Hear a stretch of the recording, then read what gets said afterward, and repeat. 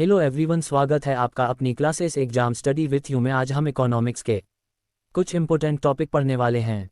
वस्तुएं। अर्थशास्त्र में वस्तुएं वे सभी भौतिक पदार्थ, मानव निर्मित तथा सेवाएं होती हैं जिनका कोई बाजार मूल्य होता है। वस्तुएं दृश्य मदें होती हैं जैसे पुस्तक, पेन, वस्त्र आदि। सेवाएं वह आर्थिक क्रिया जो अदृश्य है, भंडार नहीं की जा सकती तथा इसमें स्वामित्व नहीं होता, जैसे बैंकिंग, इंश्योरेंस, डाक सेवा आदि। उपभोक्ता वस्तुएं वे अंतिम वस्तुएं जो प्रत्यक्ष रूप से उपभोक्ता की मानवीय आवश्यकताओं की पूर्ति करता है। उपभोक्ता द्वारा क्रय की गई वस्तुएं और सेवाएं उपभोक्ता वस्तुएं हैं। पूंजीगत वस्तुएं ये वे अंतिम वस्तुएं हैं जो उत्पादन में सहायक होती हैं तथा आय सृजन के लिए प्रयोग की जाती हैं। उत्पादन प्रक्रिया में ये पूरी तरह समाप्त नहीं होती। निवेश। एक निश्चित समय में पूंजीगत वस्तुएं उनके स्टॉक में वृद्धि निवेश कहलाता है। इसे पूंजी निर्माण भी कहते हैं। मूल्यह्रास। सामान्य टूट-फूट या अप्रचलन के कारण अचल परिसंपत्तियों के मूल्य में गिरावट को मूल्यह्रास या अचल पूंजी का उपभोग कहते हैं।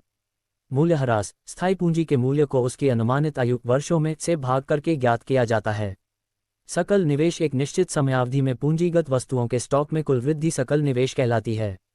इसमें मूल्यह्रास शामिल होता है। निवल निवेश। एक अर्थव्यवस्था में एक निश्चित समयावधि में पूंजीगत वस्तुओं के स्टॉक में शुद्ध वृद्धि निवल निवेश कहलाता है। इसमें मूल्यह्रास शामिल नहीं होता है। निवल निवेश इक्वल सकल निवेश घिसावत मूल्यह्रास। हस्तांतरण भुगतान। यह एक पक्षीय भुगतान होते हैं जिनके बदले में कुछ नहीं मिलता है। बिना किसी उत्पादन सेवा के प्राप्त आय, जैसे वृद्धावस्था पेंशन, कर, छात्रवृत्ति आदि। पूंजीगत लाभ। पूंजीगत संपत्तियों तथा वित्तीय संपत्तियों के मूल्य में वृद्धि जो समय बीतने के साथ होती है, ये क्रय मूल्य से अधिक मूल्य होता है। ये संपत्ति की बिक्री के समय प्राप्त होता है। परिचालन अधिशेष। उत्पादन प्रक्रिया में श्रम को कर्मचारियों का पारिश्रमिक का भुगतान करने के पश्चात जो राशि बचती है, ये किराया, ब्याज व लाभ का योग होता है। चालू कीमत पर राष्ट्रीय आय व स्थिर कीमत पर राष्ट्रीय आय। National income at current prices और कांस्टेंट प्राइसेस। चालू कीमतों पर राष्ट्रीय आय जब किसी वर्ष में उत्पादित अंतिम पदार्थ व सेवाओं का मूल्य उसी वर्ष की बाजार कीमतों पर आंका जाता है तो उसे चालू कीमतों पर राष्ट्रीय आय कहते हैं। स्थिर कीमतों पर राष्ट्रीय आय जब किसी वर्ष में उत्पादित अंतिम पदार्थ व सेवाओं का मूल्य आधार वर्ष की कीमतों पर आंका जाता है तो उसे स्थिर कीमतों पर राष्ट्रीय आय कहते हैं। मध्यवर्ती वस्तुएं व अंतिम वस्तुएं। इंटरमीडिएट गुड्स और फाइनल गुड्स। मध्यवर्ती वस्तुएं वे वस्तुएं हैं जो एक लेखा वर्ष में आय उत्पादन में कच्चे माल के रूप में उपयोग के लिए या पुनः बिक्री के लिए खरीदी जाती हैं, मध्यवर्ती वस्तुएं कहलाती हैं। अंतिम वस्तुएं वे वस्तुएं हैं जो आय उपभोक्ताओं द्वारा उपभोग के लिए या उत्पादकों द्वारा निवेश के लिए उपलब्ध होती हैं, अंतिम वस्तुएं कहलाती हैं। राष्ट्रीय आय की गणना में केवल अंतिम वस्तुओं का मूल्य शामिल किया जाता है, मध्यवर्ती वस्तुओं का नहीं, क्योंकि ये पहले ही अंतिम वस्तु में शामिल होती है। प्रवाह एवं स्टॉक अवधारणाएं। फ्लोज और स्टॉक्स कॉन्सेप्ट्स। प्रवाह चर। प्रवाह एक ऐसी मात्रा है जिसे समय अवधि जैसे घंटे, दिन, सप्ताह, मास, वर्ष आदि के आधार पर मापा जाता है। प्रवाह के उदाहरण हैं व्यय, बचत, पूंजी निर्माण, पूंजीहास, ब्याज, मुद्रा की पूर्ति में परिवर्तन। स्टॉक एक ऐसी मात्रा है जो किसी निश्चित समय बिंदु पर मापी जाती है। स्टॉक के उदाहरण है संपत्ति, विदेशी ऋण, ऋण की मात्रा, उपस्कर आदि आदि। आर्थिक घरेलू सीमा। Domestic territory. आर्थिक सीमा से अभिप्राय किसी देश की सरकार द्वारा प्रशासित उस भौगोलिक सीमा से है जिसमें व्यक्ति, वस्तु तथा पूंजी का प्रवाह निर्विघ्न रूप से होता है। आर्थिक सीमा क्षेत्र। 1. राजनैतिक, समुद्री व हवाई सीमा। 2. विदेशों में स्थित दूतावास, वाणिज्य दूतावास, सैनिक प्रतिष्ठान, राजनयिक भवन आदि। 3. जहाज तथा वायुयान जो दो देशों के बीच आपसी सहमति से चलाए जाते हैं। 4. मछली पकड़ने की नौकाएं, तेल व गैस निकालने वाले यान तथा तैरने वाले प्लेटफॉर्म जो देशवासियों द्वारा चलाए जाते हैं। देश के सामान्य निवासी। Normal residents of a country. एक देश के निवासी से आशय उस व्यक्ति या संस्था से है जो सामान्यतः उस देश में रहता है जिसमें उसके आर्थिक हित केंद्रित होते हैं। अचल पूंजी का उपभोग या मूल्यह्रास। कंजम्पशन ऑफ फिक्स्ड कैपिटल और डिप्रीशिएशन। सामान्य टूट-फूट व प्रायश्चित अप्रचलन के कारण अचल परिसंपत्तियों के मूल्य में गिरावट को स्थायी पूंजी का उपभान कहते हैं। साधन लागत और बाजार कीमत। FC जोड़ शुद्ध अप्रत्यक्ष कर नित इक्वल्स MP फैक्टर कॉस्ट और मार्केट प्राइस। उत्पादन के साधनों की किसी वस्तु के उत्पादन में योगदान देने के बदले में जो कुछ भुगतान किया जाता है उसे साधन लागत कहते हैं।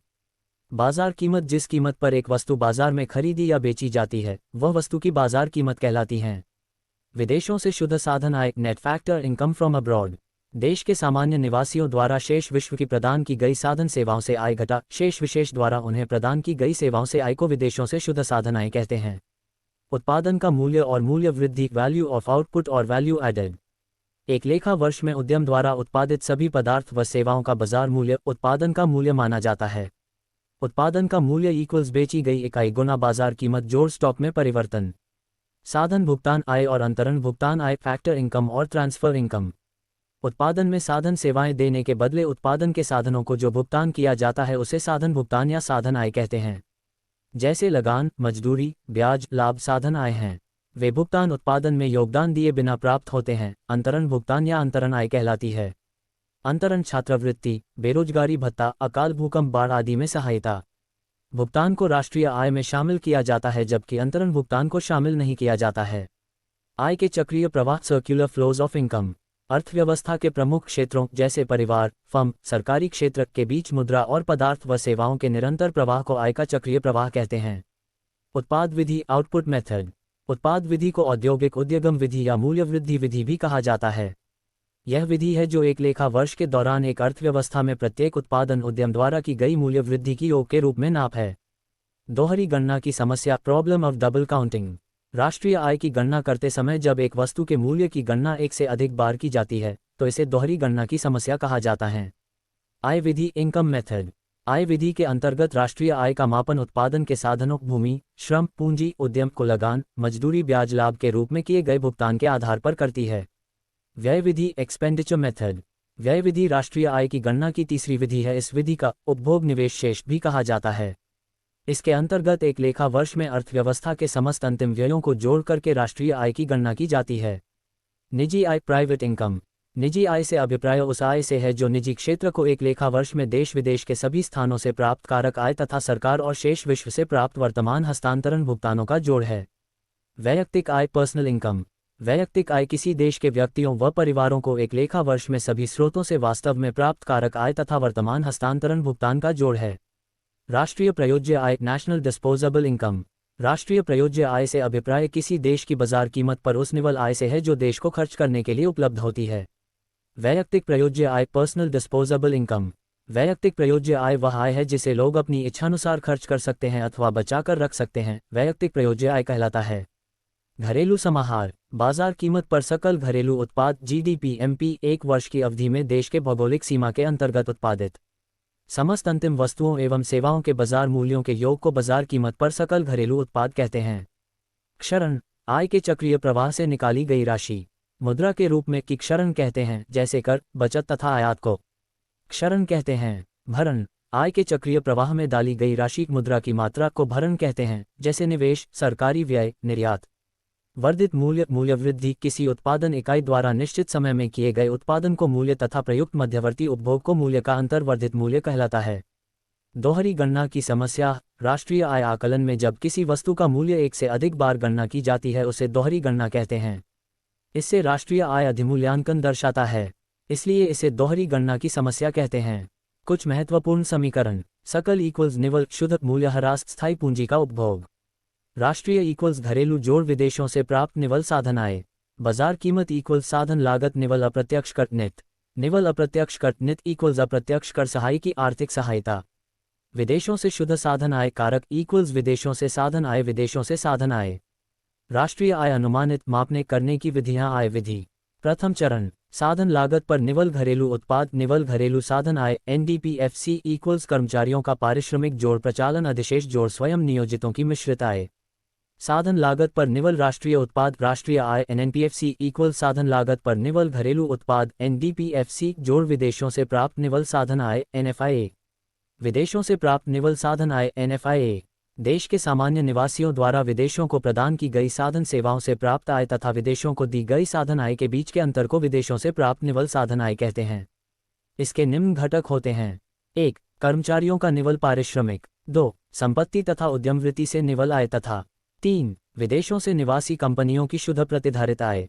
चालू हस्तांतरण वह गैर अर्जित आय जो देने वाले डोनर के चालू आय में से निकलता है और प्राप्त करने वाले रेसिपिएंट के चालू आय में जोड़ा जाता है, उसे चालू हस्तांतरण आय कहते हैं। पूंजीगत हस्तांतरण वह गैर अर्जित आय जो देने वाले के धन तथा पूंजी से निकलता है तथा प्राप्त करने वाले के धन तथा पूंजी में शामिल होता है, उसे पूंजीगत हस्तांतरण कहते हैं। मूल्यवर्गित या उत्पाद विधि के अनुसार घटकों का संक्षिप्त सार। प्राथमिक क्षेत्र द्वारा मूल्यवर्धित इक्वल्स उत्पाद का मूल्य मध्यवर्ती उपभोग। द्वितीय क्षेत्र द्वारा मूल्यवर्धित इक्वल्स उत्पाद का मूल्य मध्यवर्ती उपभोग।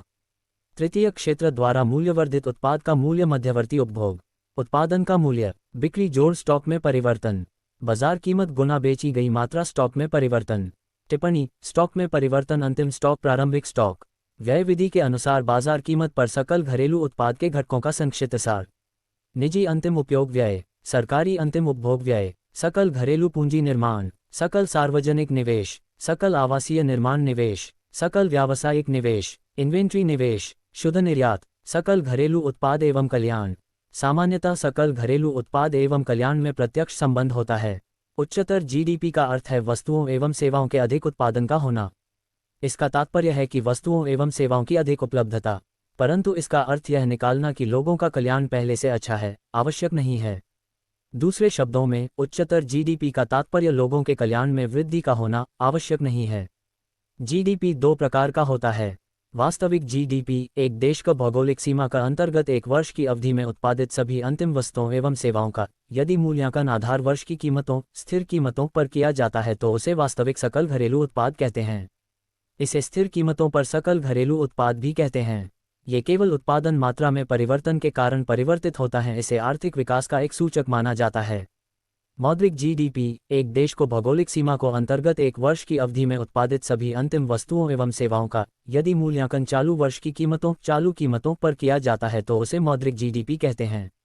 इसे चालू कीमतों पर जीडीपी भी कहते हैं। यह उत्पादन मात्रा तथा कीमत स्तर दोनों में परिवर्तन से प्रभावित होता है। इसे आर्थिक विकास का एक सूचक नहीं माना जाता है।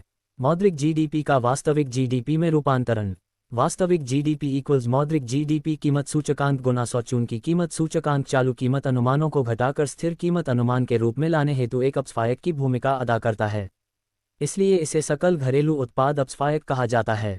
कल्याण, इसका तात्पर्य लोगों के भौतिक सुख सुविधाओं से है। यह अनेक आर्थिक एवं गैर आर्थिक कारकों पर निर्भर करता है। आर्थिक कारक जैसे राष्ट्रीय आय, उपभोग का स्तर आदि और गैर आर्थिक कारक जैसे पर्यावरण प्रदूषण, कानून व्यवस्था, सामाजिक अशांति आदि। वह कल्याण जो आर्थिक कारकों पर निर्भर करता है उसे आर्थिक कल्याण तथा जो गैर आर्थिक कारकों पर निर्भर करता है उसे गैर आर्थिक कल्याण कहा जाता है। दोनों के योग को सामाजिक कल्याण कहा जाता है। निष्कर्ष, दोनों में अर्थात जीडीपी एवं कल्याण में प्रत्यक्ष संबंध है, परंतु यह संबंध निम्नलिखित कारणों से अपूर्ण एवं अधूरा है। जीडीपी को आर्थिक कल्याण के सूचक के रूप में सीमाएं निम्न हैं। 1. बाह्यताएं, इससे तात्पर्य व्यक्ति या फर्म द्वारा की गई उन क्रियाओं से है जिनका बुरा या अच्छा प्रभाव दूसरों पर पड़ता है लेकिन इसके लिए उन्हें दंडित लाभान्वित नहीं किया जाता। उदाहरण कारखानों का धुआं नकारात्मक बाह्यताएं तथा फ्लाईओवर का निर्माण सकारात्मक बाह्यताएं। 2. जीडीपी की संरचना, यदि जीडीपी में वृद्धि युद्ध सामग्री के उत्पादन में वृद्धि के कारण है तो जीडीपी में वृद्धि से कल्याण में वृद्धि नहीं होगी। 3. जीडीपी का वितरण, जीडीपी में वृद्धि से कल्याण में वृद्धि नहीं होगी यदि आय का असमान वितरण है, अमीर अधिक अमीर हो जाएंगे तथा गरीब अधिक गरीब हो जाएंगे। 4. गैर मौद्रिक लेन देन, जीडीपी में कल्याण को बढ़ाने वाले गैर मौद्रिक लेन देन